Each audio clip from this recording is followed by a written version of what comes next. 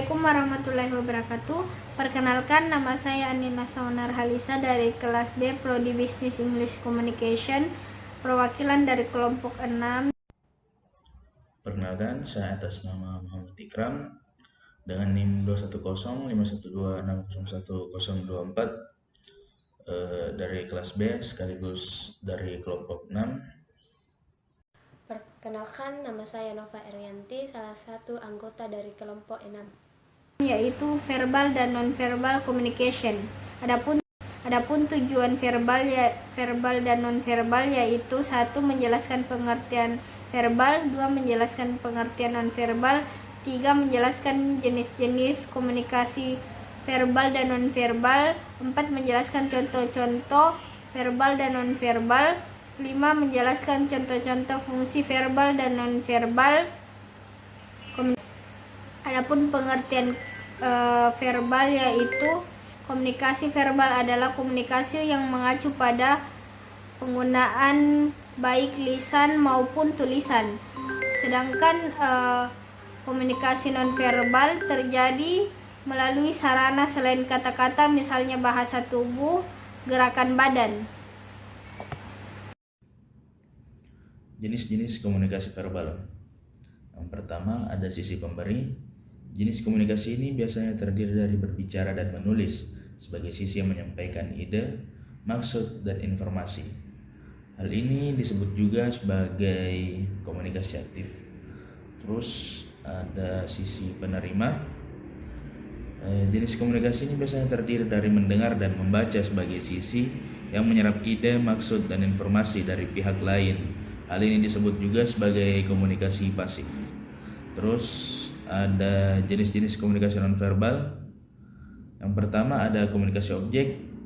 Komunikasi objek itu komunikasi yang memanfaatkan benda sebagai medium. Sebagai contoh, ketika terjadi kecelakaan di jalanan, polisi akan menggunakan kon atau corong untuk menandai area yang tidak bisa dilewati oleh para pengguna jalan lainnya.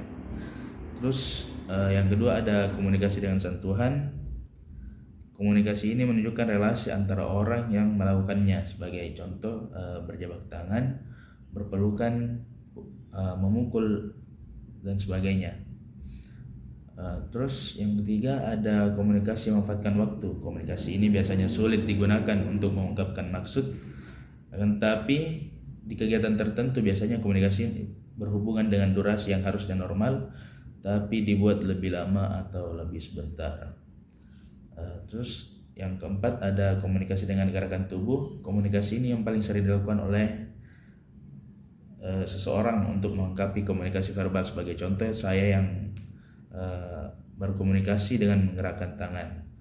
Terus yang kelima ada komunikasi dengan memanfaatkan tempat dan jarak. Untuk komunikasi seberapa dekat hubungan kita terhadap seseorang berdasarkan jarak dan posisi secara fisik terhadap orang lain. Contoh-contoh komunikasi verbal. Yang pertama pidato, yang kedua rapat dan diskusi, yang ketiga guru mengajar di kelas, dan yang keempat chat dengan menggunakan smartphone. Contoh-contoh komunikasi nonverbal. Yang pertama gerakan, yang kedua sentuhan tubuh, yang ketiga vokalik, dan yang keempat kronemik. Berikutnya fungsi komunikasi verbal. Yang pertama penamaan. Penamaan ini bisa dibilang untuk memudahkan mengidentifikasi sebuah benda, objek, tindakan, ataupun orang. Tanpa komunikasi yang menggunakan bahasa seperti verbal, kita akan mudah bingung saat mereferensi sesuatu. Yang kedua, jalur interaksi dan transmisi informasi. Sebagai alat untuk bertukar ide, komunikasi verbal lebih mudah digunakan. Kita bisa menyampaikan emosi, informasi, empati, maksud, dan berbagai hal lain hanya dengan menggunakan kata-kata ataupun kalimat. Yang berikutnya, fungsi komunikasi nonverbal. Fungsi sebagai pelengkap komunikasi nonverbal adalah memperjelas komunikasi menggunakan kata-kata seseorang.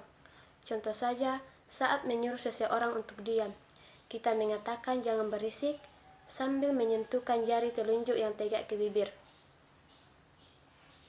Berikutnya kesimpulan. Sebagai pelengkap, fungsi komunikasi nonverbal adalah memperjelas komunikasi menggunakan kata-kata. Seseorang kadang dapat mengerti informasi lebih jika mendapatkannya dari kombinasi komunikasi verbal dan nonverbal. Contoh saja, saat menyuruh seseorang untuk diam, kita mengatakan jangan berisik sambil menyentuhkan jari ke bibir. Sekian presentasi dari kelompok kami ucapkan terima kasih.